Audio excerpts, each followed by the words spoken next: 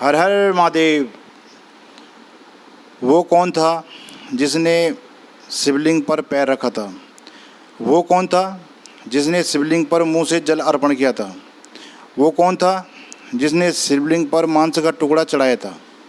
वो कौन था जिसने शिवलिंग के नेत्र पे खून बहते हुए अपनी आंखें दान कर ली थी? मैं आपको एक सच्चे भगत की कहानी सुनाता हूँ। वो भगत है भीलराज कनप्पा।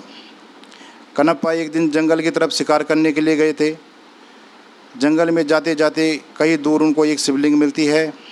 कनप्पा शिकार करना भूल जाते हैं और वहीं पे शिवलिंग की पूजा करना चालू कर लेते हैं।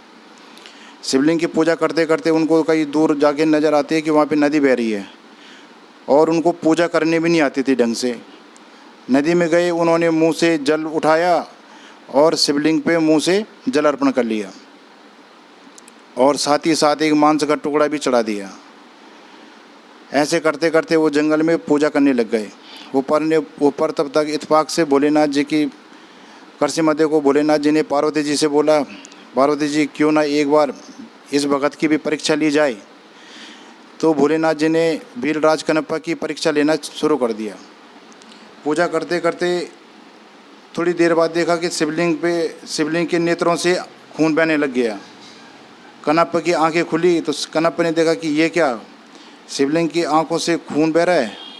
कनप्पा ने तुरंत उठाया बाण और अपनी एक आंख निकाल के शिवलिंग की एक आंख पे लगा दिया। उधर से खून बहना बंद हो गया।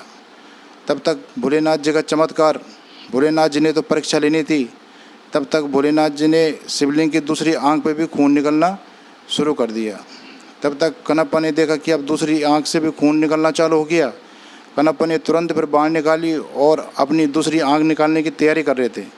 तब तक उनके दिमाग में इत्तेफाक से बात आई कि अगर मैं दूसरी आंख में निकाल लेता हूँ तो मैं तो अंधा हो जाऊँगा और मैं फिर शिवलिंग पे ये आंख कैसे अपनी लगा पाऊँ फिर मैं।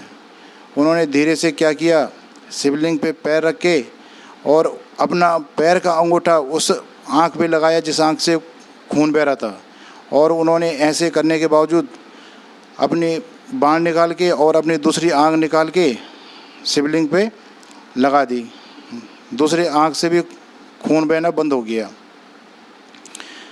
तब तक थोड़ी देर बाद भोलेनाथ जी प्रकट होते हैं और भीलराज कनप्पा की परीक्षा से खुश होके भीलराज को बोलते हैं, बताओ भीलराज कनप्पा, हम आपकी परीक्षा से प्रसन्न हुए, बताओ आपको क्या वरदान चाहिए। तो भीलराज कनप्पा जो थे एक सच्चे भगत थे। वो 24 घंटा भोलेनाथ जी की भक्ति में लीन रहते थे, लेकिन उनको एक पूजा करनी नहीं आती थी।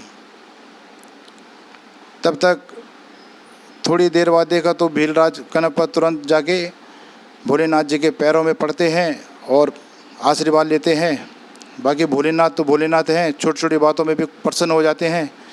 अगर आपको कहानी अच्छी लगी हो तो लाइक करना, शेयर करना, सब्सक्राइब करना। धन्यवाद। हर हर महादेव।